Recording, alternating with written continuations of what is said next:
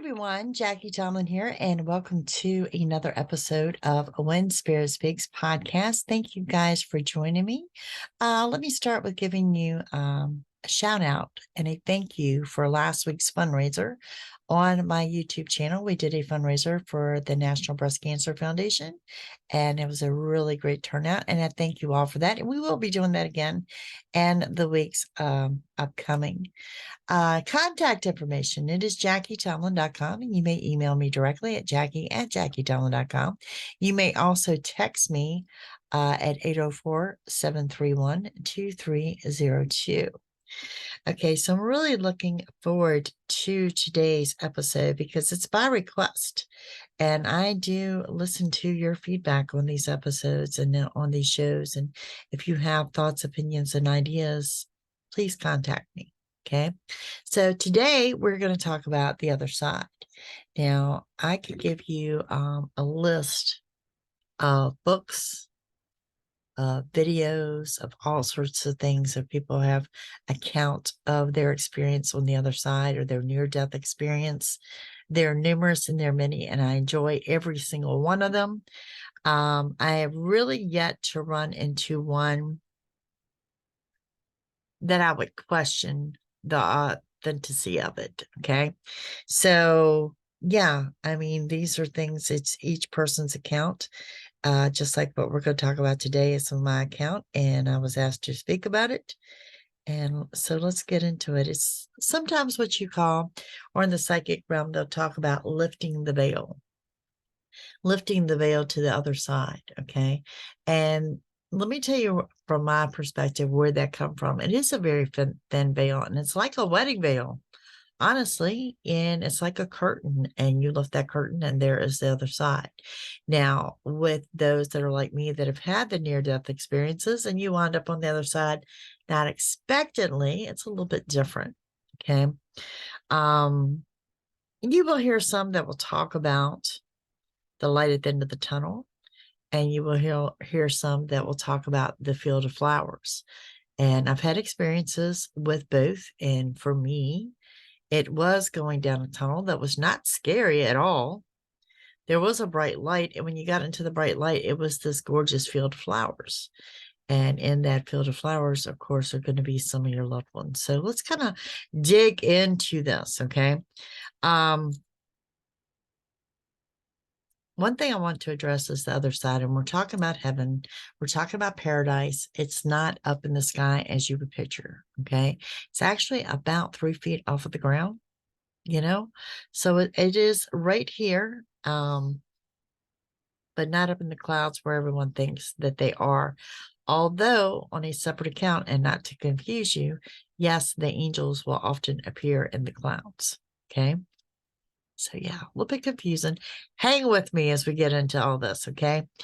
All right. So first of all, we're talking about the physical body and your soul that lives inside of the physical body.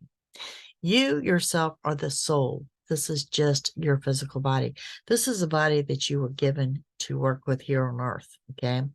So when you cross over, you go in what appears to be your physical body.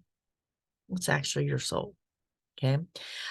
You may want to do some research on out-of-body experiences or astral travel to see what I'm talking about there, because it's like it's you and it's who you are, and you may look as you do today, but that physical body is not there with you.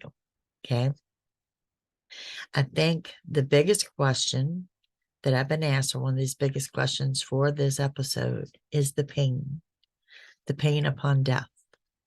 There is none whatsoever.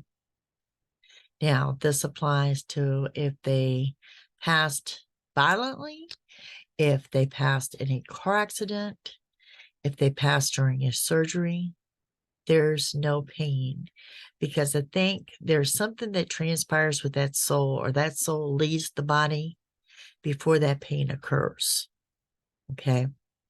And for those that, I know I get the questions that, well, they weren't pronounced dead until they arrived at the hospital. It doesn't mean that they have not passed on. It does not mean that their soul was not outside of their body. Okay. I cannot give any account on my personal experience that someone suffered a great amount of pain during passing. Okay. Their pain was what they had here on earth. Like, let's talk about if it was a cancer patient and that cancer patient was eat up with pain. Okay. Once their soul exits the body, the pain is no longer. But if they died, let's say in a car accident and it was a violent impact, that pain was not felt if it was going to result in their death. And I hope that clearly makes sense to a lot of you. Okay. Next thing I've been asked about is who greets you. Who greets you when you get there? I'm going to say it's the person that you were closest with or someone that you were very close with. So probably a family member, a relative, something like that. Now, that brings up another whole subject together, okay, of age on the other side. Everyone appears to be age 33, but they're going to appear to you as what you remember. So let's say that your father is going to greet you on the other side, and your father was 74 when he passed. He is going to greet you as that 74-year-old dad that you remember. Okay. Later on, I mean, he is actually aged to 33, whether he went back in age or he went forward. The same with children. Okay. Children that have passed will age to the age of 33 on the other side. However, let's say you're a parent that lost a child, and let's say they were 7 years old. They're going to appear as that 7-year-old child when you arrive to that other side. So how they appear in the actual age, the standard age across the board over there is 33. Now, like I said, those that have passed are going to appear to you in the form that you remember. And technically, what is the dress over there? I'll be honest with you, it looks kind of like, almost like that of what a monk, you would find a monk wearing. Kind of like the burlap sack with a rope. That's kind of what it looks like. But they're different colors. And everyone wears the same thing. Okay. They're just in different colors. Now, to me, you and whoever else is over there on the other side, we all look the same and we all look the same color. But they are indeed different colors. And I think that's for the angels and for the anarchy to know what color we were. I think it's how we lived our lives here on earth, how those colors come to be. We don't see those colors. Okay. So let's say you have crossed over and you're on the other side. And let's say your uncle is yellow, but your mom is red and your dad is blue. You won't see those colors. You're going to see one color and one color only. So I think that's kind of unique in how that happens. What is up with the tunnel? I know a lot of people fear this tunnel. Like I said, I personally did experience the tunnel. It was nothing to fear. It went by very quickly. You don't really know what's going on. And when you get to the field of flowers, like I said, there's going to be someone there to greet you. There will be someone there to greet you. Now, I'm going to get into a little bit of the aspect of what that other side looks like. Okay. What it physically looks like, what it looks like, what I experienced. Okay. And there's going to be some things that I'm going to leave alone because I haven't given the indication that it's okay to share that. So, and until I do, there's going to be some things that are left out, but I am going to give you what I can tell you physically. This is one of those cases that I really wish I could draw, and I am going to attempt this at some point in time, the different locations and what you see there. So let's start with the tunnel. Okay, do you walk down the tunnel? Do you float down the tunnel? These are the questions I'm asked. I don't know. I don't know. I just know you go down the tunnel. I know on the other side, it does appear that we're walking the same as we appear here. There again, it looks like we have a physical body when actually we don't. Okay. Um, I don't remember. I can't tell you if I felt like I was drifting, if I felt like I was floating. I just know I was going towards that light, and you're very intrigued. I was very intrigued. What was I coming up on? And when you get there and you see this field of flowers, it is absolutely breathtaking. The sounds of the birds are like something you've never heard before. You don't even care if you're a bird watcher. It's nothing that you could describe. The vibrancies of the colors over there is nothing that I feel that human words could describe what the colors are there. Okay. It is something that, like I said, it's paradise. It's something that you would never experience before. Okay. Now let's get into the physical side of it. What's on the other side of the field of flowers? There's a playground. There is this enormous size playground. And there's, of course, filled with children. But who is in the center of the playground? It's Jesus. He's on the playground. Beyond the playground, you're going to see buildings. Okay, there were buildings. These buildings appear to be that of the Roman era. Okay, some of them kind of resembling something of the White House with the big columns out front. I can't tell you about all of the buildings. Okay, I can tell you some of what goes on in the buildings, and I don't know everything that goes on in those buildings. Okay, but one of them is your building of review. That's like your first stop. So the tunnel, the field, pass through the playground to the buildings. Okay, and there's one thing I really, really want to address here, and it's the building of what I call the cocoons, the building of cocoons. I don't think that's the name of the building. Okay, I don't think that's the name of the building. But this is this very large Roman-like building, and to me, it is for those that have died tragically, that have died suddenly, the ones that have passed perhaps without being baptized, those that are suicide that have passed. Okay, they go through what I call this cocooning process. And it's like they're wrapped in cloths, almost like soft blankets, nurtured and counseled as to why they are there, what has happened to them. And to those that believe that suicide victims did not get in, they did get in. They did. Okay. Because it's going to be looked at as to what drove them to that point. But like I said, I refer to it as the building of cocoons because that's how I see it. I'm sure I know these buildings have names. I have not been able to see the names of them, but I know each building has a name. How many buildings are there? I'm not sure. I'm not sure. I know in my visits, I've seen 4. Are there more? I don't know. I don't know. I cannot say. There is a gravel drive that meanders around these buildings. And it's like a hillside beyond those buildings, and that is where Spirit sets. Have I ever seen Spirit? No, I have not. But you know that is where it is. It's beyond those buildings, like a hillside beyond those buildings. All right, so let's come back down that hill. Let's come back down that hill, and let's say we're standing there, and we are at the playground is on the left, the buildings are on the right, and what is beyond those buildings is Spirit. Now, you know, you've always heard about the pearly gates. Okay, what I can tell you about the gates, there are 2 large gates.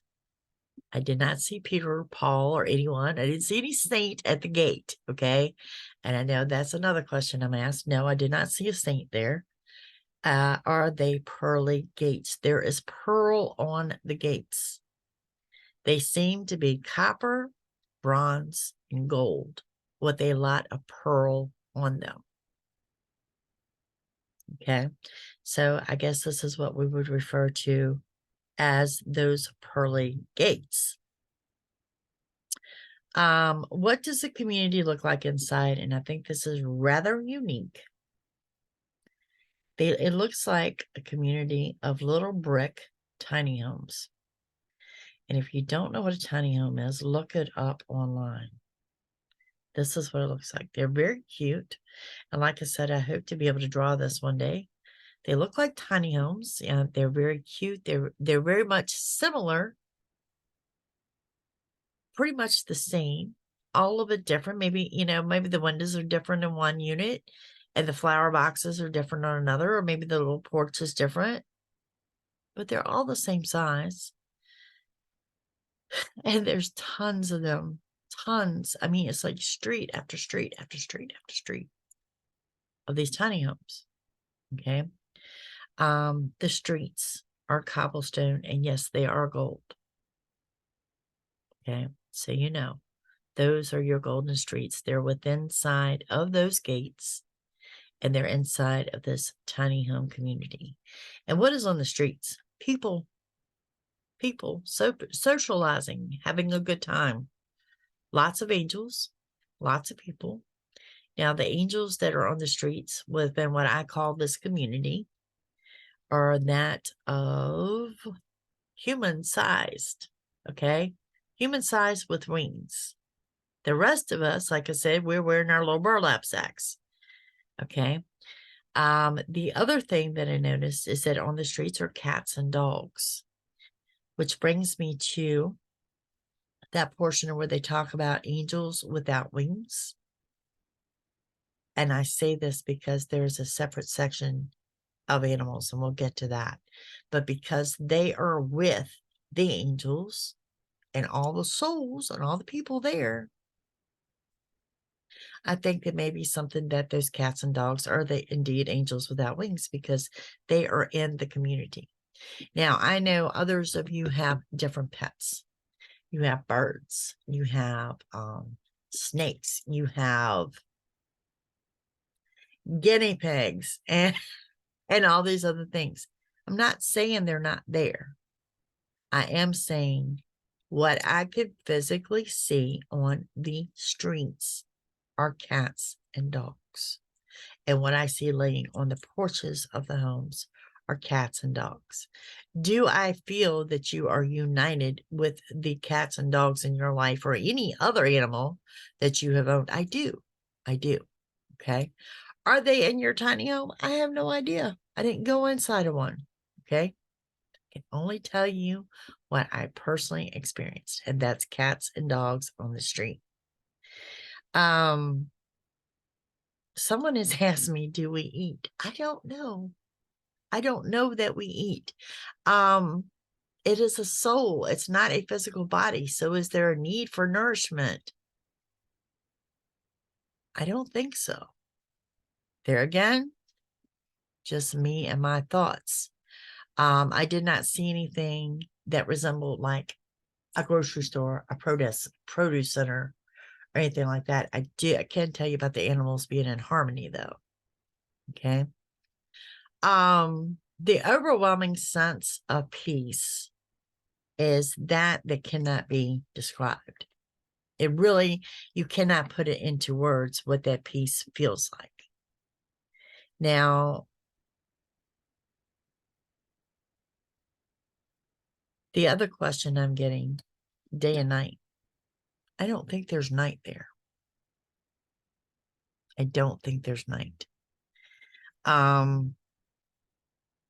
Why do I feel strongly about that? I don't know.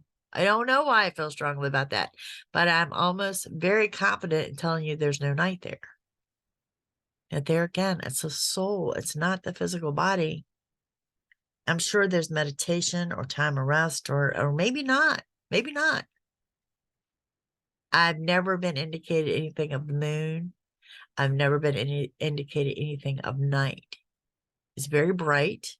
It's very sunny. It's very comfortable temperature-wise. I don't know. Temperature-wise, let's go 70, 75, something like that. Absolutely no humidity. Everything in bloom. Like I said, everything vibrantly colored. Okay, so now you've got an idea. So we have gone from the tunnel to the field, to the playground, to the right-hand side, carrying the buildings and what's beyond those buildings, back through the gates into the tiny home community and the gold streets of cobblestone. What else comes? You keep walking. You keep walking. And what you're going to see then, you're going to come into, it's almost like a safari. You come into an area of animals, and it's the most amazing thing that you will ever see. It's the lion laying in a field beside an elephant. Okay. It's the monkey that's sitting on the zebra's back. And the birds. There are birds there that I know. I'm not a bird person per se, but there are birds there that are so extraordinary. I cannot imagine where these birds come from. Okay. But you notice everything's in harmony. And this is what I'm going back to. Do we eat? Apparently not. Apparently not, because these animals would be a predator of one another and everything there, just like the souls are all there in harmony and in peace and lounging around this water that is absolutely extraordinary. The water is that of a turquoise color. It does not appear to me to be an ocean. I've been asked that as well. It does not appear to be an ocean. I could describe it as a huge lake, maybe, but it doesn't appear to be an ocean.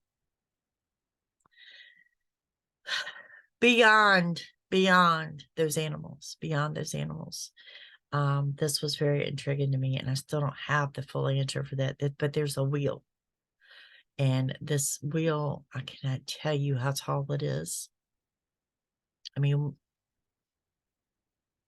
let's compare it to something like the Eiffel Tower in New York. It's taller than that. And it's a wheel, and it squeaks. It has a unique squeak to it. There's some kind of unique sound coming from this wheel, and it is a water wheel. To me, it is a source of power of something, but is so phenomenally tall. And to me, it's built of wood and bronze, is what I see on it. It took me a long time to realize there's always something fluttering up the top, because when I look up at the top, you cannot see the top, but you can see something fluttering around up there. And the sun is so bright. I don't know if it has to do with the sun being so bright or the fact that, like I said, it is that tall. It really is that tall that it's like it's this non-ending wheel that is turning. And it took me a while to realize that what indeed is fluttering at the top appears to be cherub angels.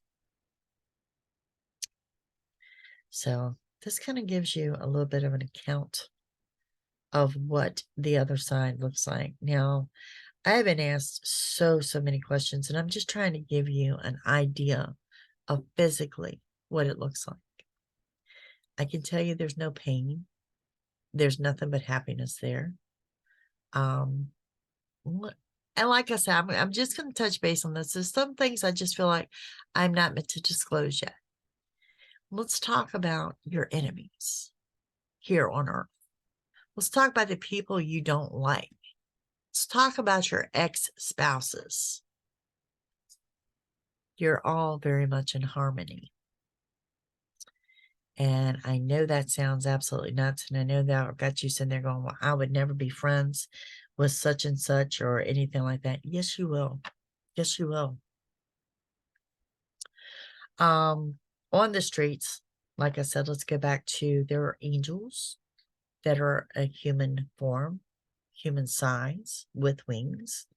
And there's different groups, like let's say the ones in red are meeting over here. They're over there on that corner. And the ones in wearing brown are meeting out in this field, and they're doing something. Does everyone have a job? I think if you have a job, you may be selected, or maybe you elect to do it. But you don't have like that 9 to 5, I'm going to work type job. There's no time there. Okay. And that's something else I want to touch base on. There's no time. Now, for those that have dreamed of your loved one that has passed, to us, to the psychic realm, it is an actual visit. And I do get a lot of, well, Jackie, they passed 3 years ago and still haven't had my dream. Well, your 3 years can be their 3 minutes over there. There's absolutely no time. And let's go back to what I said. I really don't think there's a such thing as day and night there. It just all seems to be daylight. Now, the harmony and the peace. Who is your circle of people? Your circle of people are going to be with those that you interacted with or connected with here on Earth. So you may have a street of people. You may have a half block of people. You may have 20 streets of people. Everyone's going to be different. If you knew them on Earth, it is your circle over there. If it is your worst enemy, they are in your circle. And I want to give you an example of this. And I'll refer this episode, and this show stuck with me so bad because the producer did something that I thought was absolutely phenomenal that I wonder how many people question. Okay. And what I'm referring to, and I don't know the name of the episode, I probably should have looked this up before I went on air with this. Okay. But if you're familiar with the show Criminal Minds, there is one episode that was extraordinary. And I thought either the writer or the producer, both, they get it. They get it. Someone has seen the other side to get this and to have the impact this one episode left. Okay, so if you're familiar with this show, then you are familiar with Hodges' wife, Haley, was killed in this show. The episode I'm referring to is Hodges getting ready to remarry. And I think his concern is with Jack, his son, and what Haley would think. And he has that visit from Haley, from his deceased wife, that it's kind of the assurance of move forward. He's fine. You're fine. Do this. Okay. But the stumper in that show is Haley comes back with her killer, the man that killed her. And I can't remember his name in the show. And they're like best friends. And the fact that they would record that, or the fact that it appeared that way, to me was absolutely extraordinary, because that's exactly what I'm talking about. That's exactly what I'm talking about when I say your worst enemy will be your best friend. And if you're into that show, look up that particular episode and you'll see what I'm talking about. So yeah, you may have enemies in what you call your ex-wife or your ex-husband. And there's more I could go into detail about that. I just don't feel that I'm meant to talk about that at this particular time. Okay. So yeah, there is a cocooning process for those that, I get real irritated when people say, well, that person wasn't saved or that person committed suicide. You don't have a clue. They're still over there. They're still over there, and I think people need to be a little bit more open-minded. A spirit could come here today, and I want to end the episode with this, okay? I'm going to give you something to think about. My personal opinion. If spirit were to show up here today, what would their words be? What would spirit say? Are you sick of people twisting his words? That's what I think would be said. So that's just one account. The stressors, there is no pain. There's no pain in death. Okay. The pain is here. And there's no pain there. And there's no pain in this transition. And this apprehension and this fear that you may have in passing, you need to let that go, because there's no such thing as fear and apprehension. And all these emotions that we have here do not exist there. The only emotion that exists there is that of love. And this is why I tell you that love is the most powerful emotion that we carry here on earth as humans. And this is probably why we put it above everything else. You put it above your job, your career, and everything else you've got going on. because it is the only emotion that you have there. So, yeah, guys, that's what I have for you today. And I want to give a shout out to Patty. And I want to give a shout out to Darlene that inspired this episode today. And if you have suggestions or topics that you like for me to speak on, by all means, let me know. Okay, contact information again, JackieTomlin.com. And you can always reach me at JackieTomlin.com. Phone number 804-731-2302. Thank you for another great episode, guys. I'll see you next week.